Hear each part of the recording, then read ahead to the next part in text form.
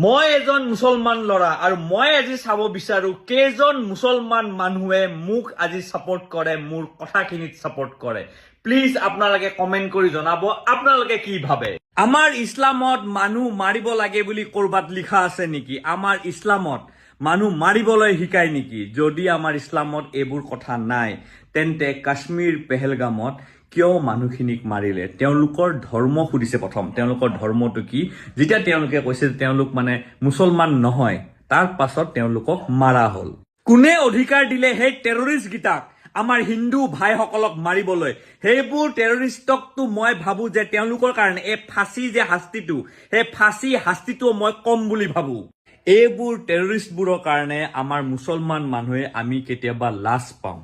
আৰু মোৰ এটাই অনুৰোধ আমাৰ চৰকাৰলৈ যাতে চৰকাৰে একদম উচিত তদন্ত কৰক আৰু সেই দোষীকেইটাই যাতে উচিত শাস্তি পায় আৰু